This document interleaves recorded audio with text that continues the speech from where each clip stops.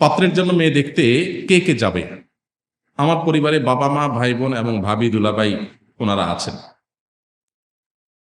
দেখতে কে কে যাবে? দেখতে তো ছেলে একা যাবে। প্রয়োজনে ছেলের পরিবারে ছেলের মা বোন ভাবি কোনো মহিলা যেতে পারে, যে মহিলারা মেয়েকে দেখবে, আর ছেলেদের মধ্যে থেকে একা ছেলেই দেখবে। যদি আলাপ আলোচনার জন্য বাবা যেতে হয় বা অভিভাবকদের কেউ যেতে হয়, সেটা ভিন্ন কথা, যে আলাপ আলোচনার জন্য গেল, পছন্দ হয়ে গেল, আলাপ আলোচনা আগায় নেওয়ার জন্য কেউ গেল। এছাড়া পুরো গোষ্ঠী চাওয়ার তো কোনো কারণ নাই। আমাদের দেশে এটা মানে এই কালচারটা বেশ মানে খুঁটি গেড়ে বসেছে, যে মেয়ে দেখতে গেলে পুরা গোষ্ঠী নিয়ে যায়। হ্যাঁ, মামাকে না বললে মামা পরে বিয়েতে আর থাকে না, বলে না মেয়ে দেখতে আমাকে ডাকে নাই, দুলাভাইকে না নিলে সে মন খারাপ করে, মুখ কালো করে ফেলে। এগুলো আমাদের মূর্খতা এবং অজ্ঞানতা। সেখানে গিয়ে আপনি একবেলা খাবেন মেয়ের বাড়িতে, এই তো তো একবেলা খাওয়ানোর তো এত তল পড়ে নাই, এত টান পড়ে নাই। আজকাল মানুষটা এত গরিব না যে আরেকজনের বাড়িতে যায় একবেলা খাওয়ার জন্য এত লালায়িত। সো এই বিষয়গুলোকে আমাদের একটু উদার দৃষ্টিতে দেখা উচিত। মেয়ে দেখার ক্ষেত্রে ছেলে একাই দেখবে, ছেলের পরিবারের পুরুষদের মধ্যে আর কোনো পুরুষ, এমনকি ছেলের বাপও দেখতে পারবে না। মুশকিল হলো বাপের যদি এটা বলে, আব্বা এখন আমি তো মেয়ে দেখবো, আপনি একটু এই রুমে থাকেন, বাপ ওখান থেকে উঠে চলে আসবে, বলবে পোলা কত বড় বেয়াদব যে তার বসে একলা দেখবে, আমি দেখতেই পারবো না, আমাকে নিষেধ করতেছে। দুলাভাইরা নাখোশ, মামারা নাখোশ, হ্যাঁ, অনেকে নাখোশ, নিজের ভাইরা নাখোশ। এগুলো অজ্ঞানতার কারণে হয়েছে। বিয়ের আগে ছেলে একা দেখবে, অন্য পুরুষরা দেখবে না ছেলের পক্ষে। বিয়ে হয়ে গেলে তো আলহামদুলিল্লাহ বাবা শ্বশুর হিসাবে অবশ্যই তিনি তার বৌমাকে দেখতে পাবেন, সেটা ভিন্ন বিষয়। তো শরিয়ার বিধিবিধানগুলো না জানার কারণে আমরা অনেক সময় লঙ্ঘন করি। অনেক সময় মেয়েদেরকে দেখা যায় যে বাজারের গরু ছাগলের মতো করে আমরা মেয়েদেরকে দেখি। একটু হাঁটো তো, একটু বসো তো, চুলগুলা খোলো তো, একটু হাসি দাও তো, একটু কাঁদো তো, দেখি কেমন লাগে, এবং একটু উঠো তো। হ্যাঁ, পুরা চেয়ার দিয়ে চারপাশে বসে সবাই মিলে মনে হচ্ছে যে কোরবানে গরু ছাগল কিনতে গেলে যেরকম করে ওরকম সবাই মিলে যাচ্ছে। এগুলো খুবই গর্হিত কাজ। মেয়েরা মেয়েদেরকে ভেতর থেকে দেখবেন যে কোনো খুঁত ত্রুটি আছে কিনা। ছেলের স্ত্রীর সাথে কথাবার্তা বলবেন, সেখানে অন্য কেউ থাকতে পারে, মেয়ের বাবা থাকতে পারে, মেয়ের মাহারামদের কেউ থাকতে পারে, কিন্তু ছেলের পক্ষের অন্য কোনো পুরুষ ওই মেয়েকে দেখার সুযোগ নাই। অনেক মেয়েরা আছে, তাদেরকে পাত্রতা দেখতে আসলে তারা এই ক্ষেত্রে আল্লাহর বিধান মেনে চলতে চান, কিন্তু মূর্খ এবং কোরআন হাদিসের জ্ঞান সম্পর্কে অজ্ঞ যারা, তারা ওই মেয়েকে তার এই শরিয়ার বিধিবিধান মানার ক্ষেত্রে তার যে আগ্রহ আছে ওই ক্ষেত্রে তারা পিড়াপিড়ি করে, না তুমি যাও, কি সমস্যা আছে, তুমি ইসলাম বেশি বুঝে ফেলছো নাকি। তাকে তার স্বাধীনতা দেওয়া হয় না। খুবই জঘন্য অপরাধী হবে এরা আল্লাহর কাছে। অতএব এই বিষয়ে আমাদের সাবধান থাকতে হবে। আমার কাছে নগদ অর্থ নেই, কিন্তু বিপুল পরিমাণ জমি রয়েছে, এমত অবস্থা আমার উপরে হজ ফরজ হবে কিনা? আপনার নগদ টাকা নাই, কিন্তু অনেক জমি আছে।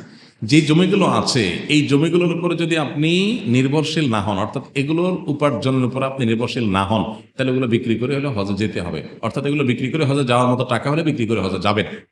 কিন্তু যেগুলোর উপরে আপনার উপার্জন নির্ভরশীল, ধরেন আপনার প্রচুর ধানি জমি আছে, ক্ষেতের জমি আছে, এই ফসলের দিয়ে আপনার বছর চলে, তাহলে সেটা বিক্রি করে আপনাকে শরীয়ত হজ করতে বলে না। আপনার থাকার ফ্ল্যাট আছে, সেটা বিক্রি করে, বা আপনার থাকার বাড়ি আছে, সেটা ভাড়া দিয়া আপনি চলেন, এটা আপনার উপার্জনের মাধ্যম, তো এটা বিক্রি করে শরীয়ত আপনাকে হজ করতে পারে না। যদি আপনার উপার্জনের মাধ্যম ছাড়া থাকার যে বন্দোবস্ত আছে, এর বাইরে আরো এক্সট্রা জমি জমা আছে, এগুলো পড়ে আছে, অ্যাজ এ অ্যাসেট ফেলে রাখছেন, তাহলে সেগুলো নগদ টাকা না থাকলে সেগুলোর বিক্রি করে হজে যাওয়ার সুযোগ থাকলে অবশ্যই যেতে হবে। বাবা মায়ের মৃত্যুর পর সন্তানদের কোন বদামলগুলোর কারণে তাদের কবরে আযাব হতে পারে? প্রত্যেকটা মানুষের কবরে জান্নাতের প্রশান্তি কিংবা জাহান্নামের শাস্তি, এটা ভোগ হওয়া নির্ভর করে ওই ব্যক্তির নিজের কর্মের উপরে। একজনের পাপের বোঝা আরেকজন বহন করবে না। বিশেষ করে ছেলেরা কোনো গুনাহ করলেই বাপ মা কবরে আযাব হতে থাকবে, ব্যাপারটা এরকম না। তবে হ্যাঁ, কিছু কিছু ক্ষেত্রে বাবা মার দায় থাকে, সেগুলো তারা ওসিয়ত করে যেতে হবে। যেমন বাবা মা যদি জানেন তাদের মৃত্যুর পর ছেলে মেয়ে এমনভাবে কান্নাকাটি করবে যে কান্নাকাটি করা শরীয়তে নিষিদ্ধ, তাহলে এই ক্ষেত্রে বাবা মা যদি জীবদ্দশায় তাদেরকে না বলে যায়, ওসিয়ত না করে যায়, সতর্ক না করে যায়, এবং তারা সেই গুনাহে লিপ্ত হয়, তাহলে তার দায় তাদের উপরে বর্তাবে। অতএব এক্ষেত্রে বাবা মার কর্তব্য হলে ওসিয়ত করে যাও, বাবা আমার মৃত্যুর পর তোমরা এটা করবা না, ওইটা করবা না, সম্পদগুলো ঠিকমতো বন্টন করবা, কোনো দিন অনুযায়ী উইল করে যাও, ওসিয়ত করে যাও, তাদের কর্তব্য। এরপরে যদি সন্তান করে তাদের কোনো দায় নাই। এছাড়া সন্তান যে কোনো পাপ করবে, বাবা মা তার কবরে আযাব পেতে থাকবে, ওটা সেরকম না। হ্যাঁ, সন্তানকে যদি দিন শিখায় না দিয়ে যায়, ভুল পথে দিয়ে যায়, তাহলে সেক্ষেত্রে তার প্রায়শ্চিত্ত অবশ্যই বাবা মাকে ভোগ করা লাগতে পারে। আল্লাহ তাআলা বলেছেন ওয়াল্লাহ তাজিরু ওয়াজিরাতুন উখরা উযরা উখরা, কোরআনে বহু জায়গায় বলেছেন এটা আল্লাহ তাআলা, এক জায়গায় না, যে কারোর পাপের বোঝা আরেকজন বহন করবে না, যার যার পাপ তাকেই পাবে। তবে হ্যাঁ, ওই যে বললাম, সন্তানকে যদি অন্যায় গুনাহের কাজে শিখাই দিয়ে যান, পথে উঠাই দিয়ে যান, তাহলে এটা তার অন্যায় কাজ, এর জন্য তাকে অবশ্যই শাস্তি ভোগ করতে হবে। আমি কোরআন পড়তে পারি না, এমত অবস্থায় কতটুকু ইসলামের জ্ঞান অর্জন করলে আমি আল্লাহ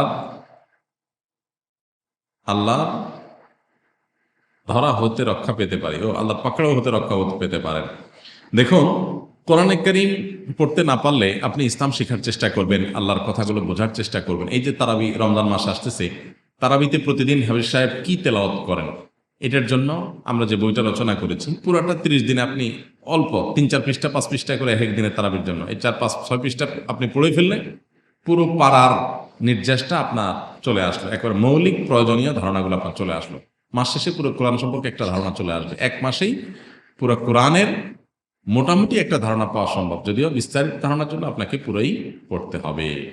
তো এভাবে আপনি কোরআন সম্পর্কে জ্ঞান অর্জন করতে পারেন। এছাড়া আল্লাহর পাকড়াও থেকে বাঁচার জন্য ফরজ কাজগুলোর জানার এলেম অর্জন করা ফরজ, কিভাবে আদায় করবেন, ফরজ নামাজ কিভাবে পড়বেন, সবগুলো আপনাকে শিখতে হবে, না শিখলে আপনি গুনাহগার হবেন।